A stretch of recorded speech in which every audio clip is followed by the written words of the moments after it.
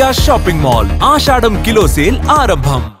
రైతు రుణమాఫీ కోసం బ్యాంకులకు 31,000 కోట్లు బదలాయించామన్నారు మంత్రి తుమ్మల నాగేశ్వరరావు. 2 లక్షలకు పైబడి రుణాలుంటే గరిష్టంగా 2 లక్షల రుణమాఫీ చేయాలని బ్యాంకర్లను ఆదేశించారు.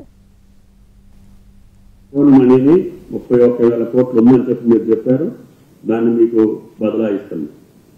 కాబట్టి ప్రతిపక్షాలకు కానీ లేకపోతే ఇంకెక్కడైనా కానీ ఏదైనా అనుమానాలుంటే మీరు చేసేటటువంటి కార్యక్రమం వల్ల, మీరు ఇచ్చేటటువంటి ఈ పద్ధతి వల్ల వాళ్ళ అనుమానాలన్నీ నివృత్తి కావాలని చెప్పి నేను కోరుకుంటున్నాను.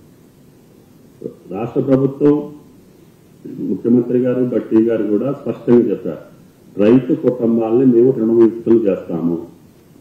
2 లక్షలు 10,000 ఉన్నా 20,000 ఉన్నా వాళ్ళ దగ్గర మీరు జమ చేసుకుని 2 లక్షలు ఇవ్వమని చెప్పాం. ఎందుకంటే అతను పూర్తి స్థాయిలో విముక్తులు కావాలి.